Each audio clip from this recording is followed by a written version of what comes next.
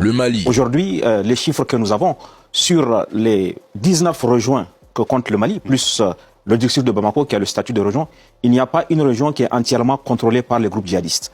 Donc la situation n'est pas alarmante au point d'évacuer les ressortissants. Tout le défi n'est pas de prendre simplement le pouvoir, c'est aussi de pouvoir l'exercer dans une ville comme Bamako qui est immense de 3,5 millions d'habitants. C'est pas évident que le GNIM, dans sa situation actuelle, soit dans la capacité d'avoir les ressources humaines qu'il faut pour administrer une ville comme Bamako.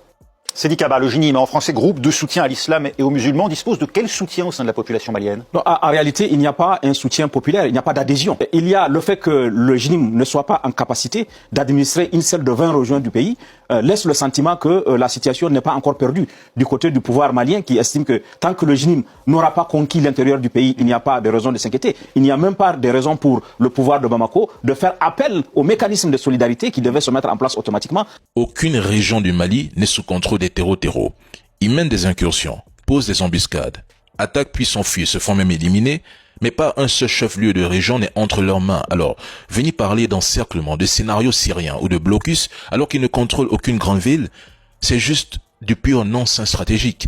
Certains voisins du Mali entretiennent le même schéma médiatique utilisé contre la Syrie, l'Irak, la Libye, et ce sont les premiers à venir dire qu'ils tendent la main au Mali. Quelle honte!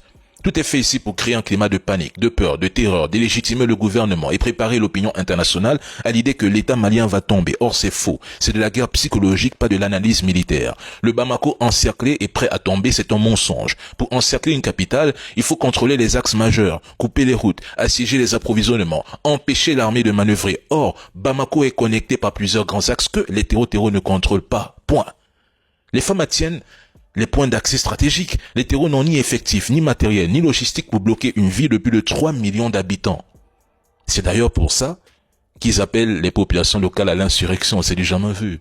Ils n'ont pas les moyens de faire plus. Bamako n'a jamais été sous la moindre menace d'encerclement réel. C'est de la propagande servie par ceux qui détestent le gouvernement malien simplement parce qu'ils ne profitent plus du système. Tout ça, c'est une guerre de récit. Ce n'est pas une guerre de position. C'est tout.